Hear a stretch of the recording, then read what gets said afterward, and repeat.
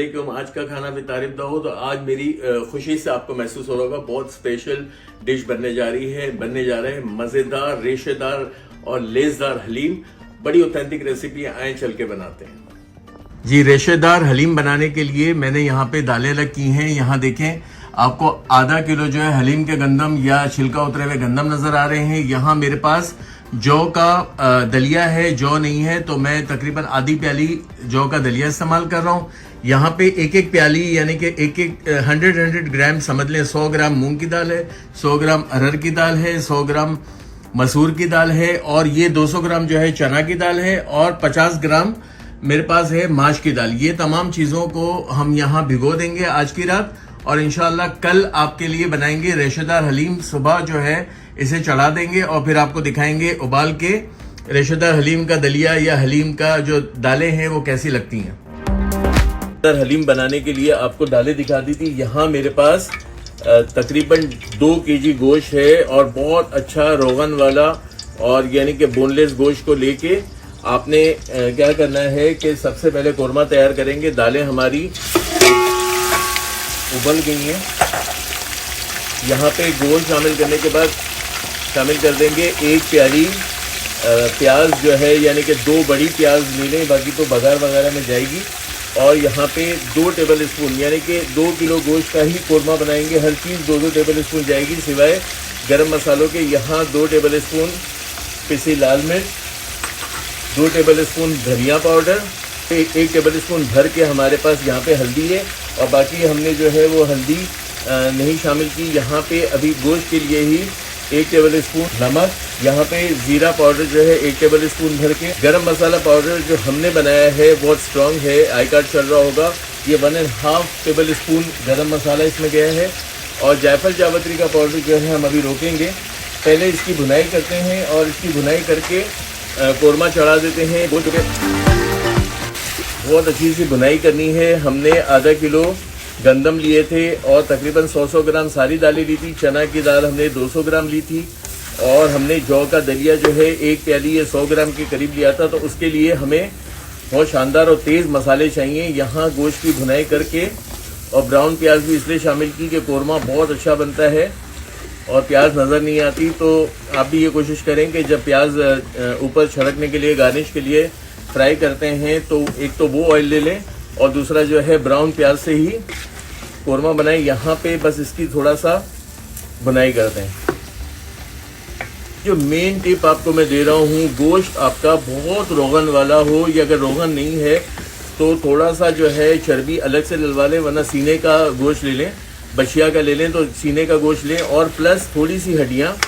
हड्डियों से क्या होगा, यखनी जब निकलती है हड्डियों की तो वो भी हलीम में जायका पैदा करती है। हम अपने घरों में मतलब जो गोश्त मिलता है इससे बना लेते हैं, फिर हम शिकायत करते हैं कि कमर्शियल हलीम कैसे नहीं बनी। और ये देखें कि अगर 1 किलो मेरे पास दलिया है तो मैंने गोश्त डबल कर दिया। अगर अच्छा रेशेदार ये 2 किलो से भी ऊपर है तो बस इसकी भुनाई हो गई। अब क्या होगा, हमें इसको पानी डाल के इतना इत्मीनान से गलाना है कि हमारा बिल्कुल गोश्त जो है रेशा रेशा हो जाए। और भी पानी हम इसमें शामिल करेंगे और इसको बहुत सुकून से जैसे देग में चढ़ा देते हैं, ये चढ़ा देंगे। यहाँ पे दलिये को भी जो है उबाल लिया था, मैंने आपको दिखा दिया था। ये थोड़ा सा पानी और इसको पतीले में जो है दम पे रख देंगे। हलीम बनाते वक्त थोड़ा सा ट्रेडिशनल जो कि तरीका है वही तरीके से बनाएं तो बहुत अच्छी आपकी हलीम बनेगी, रेशेदार मज़ेदार हलीम बनेगी। इसको लगा देते हैं और मेरा ख्याल है ये 1-1.5 घंटे से ऊपर ले जाएगा और हमारा गोश्त तैयार हो जाएगा।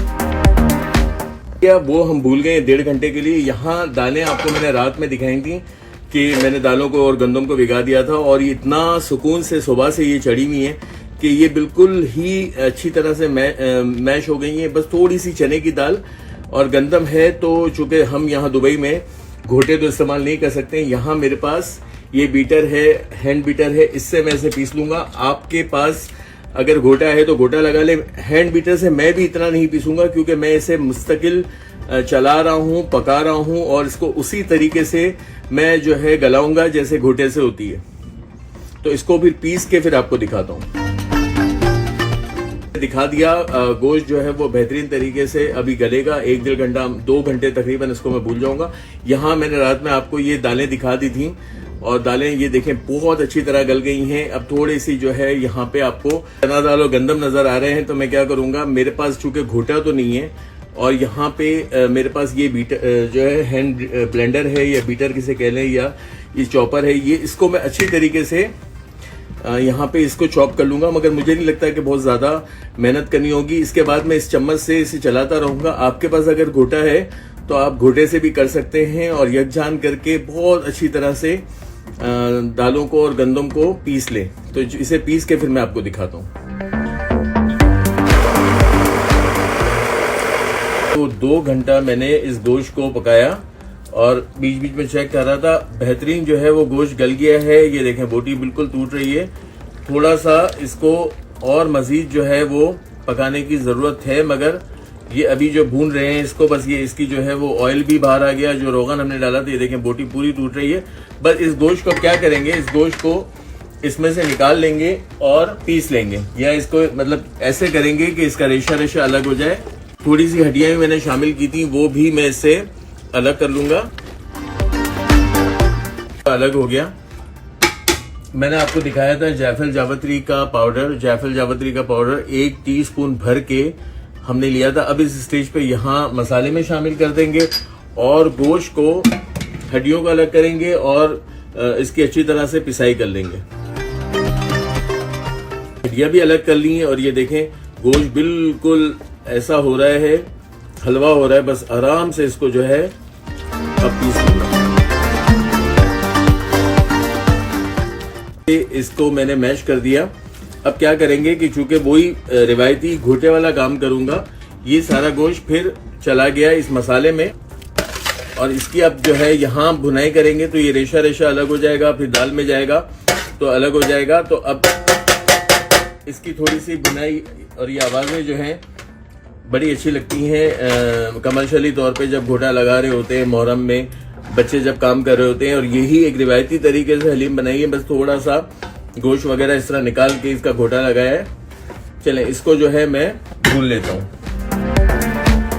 रेशा शोरबे में जाते अलग हो गया। थोड़ा सा यहाँ इसको चला के इत्मीनान कर लें कि आपका सारा रेशा अलग हो गया है। अब फिर इसको क्या करेंगे, बस अब दाल में मिलाने का टाइम आ गया है। दाल और गंदम जो है हलीम के हमारे, उनमें मिलाने का टाइम आ गया। दाल और गंदम को भी 1 चम्मच नमक डाल के उबाल लिया था। यहाँ गोश्त में 1 चम्मच नमक। अब हम जो है वो चेक करेंगे, बैलेंस करेंगे कि कहाँ नमक की कमी है। और दाल को और गंदम को इसमें शामिल करते जाएंगे, थोड़ा थोड़ा शामिल करेंगे, मिक्स करता जाऊंगा, इसमें डालते जाएंगे, मिक्स करते जाएंगे। ये नहीं करना क्योंकि फिर वो बहुत ज्यादा जो है हमें तनासुब नहीं पता चलता। थोड़ा थोड़ा इसको इस तरह मिलाते जाएंगे और चलाते जाएंगे। चलें और इसको जो है मजीद दाल को भी इसमें मिला लेते हैं।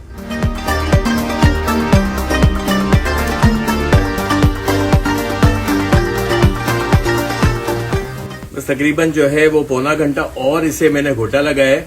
अब जो है प्याज ब्राउन करके इसका तड़का इसमें शामिल कर देंगे। प्याज को अलग रख लेंगे जो बाद में गार्निशिंग में काम आएगी। मेरा ख्याल है ये बहुत अच्छी लेजदार हलीम और बहुत जबरदस्त, मैं इसको आपको दिखा नहीं पा रहा। बोटियां भी बहुत अच्छी तरीके से रेशा रेशा हो गई हैं। प्याज अच्छी लाल हो गई और मजीद ये गर्म होके होगी। यहाँ प्याज वाला सारा तेल, तकरीबन 1 प्याली तेल और जो है, क्योंकि हलीम में जितना आप तेल शामिल करेंगे हलीम उतना तेल को पी लेगी और उतनी ही लेजदार बनाने का जो मेन इसका गुर है वो यही है कि हलीम आपकी जो है वो उसके अंदर रोगन हो। और रोगन ये सारा आपको नजर आएगा थोड़ी देर बाद जब हम इसे बंद करेंगे। बस ये हमारी हलीम डन हो गई है। इसका थोड़ा सा मैं घोटा लगाता रहूंगा ताकि ये ऑयल को पी ले। फिर आपको प्रेजेंट करते हैं पूरे लवाजमात के साथ।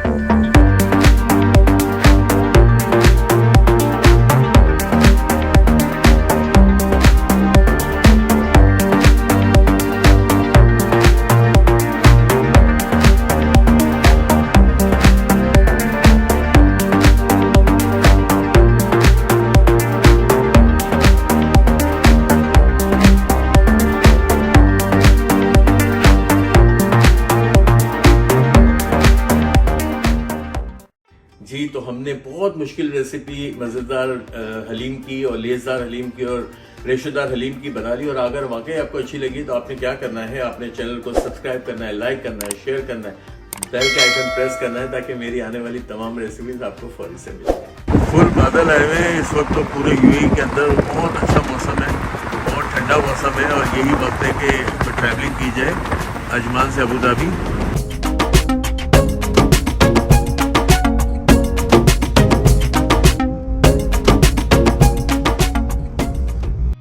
Seen a lot of change, been through a lot of pain. Some things are not the same as they were a year ago, but all will be okay. I move on each and every day. The past is where it stays, way back a year ago. I've changed for the better.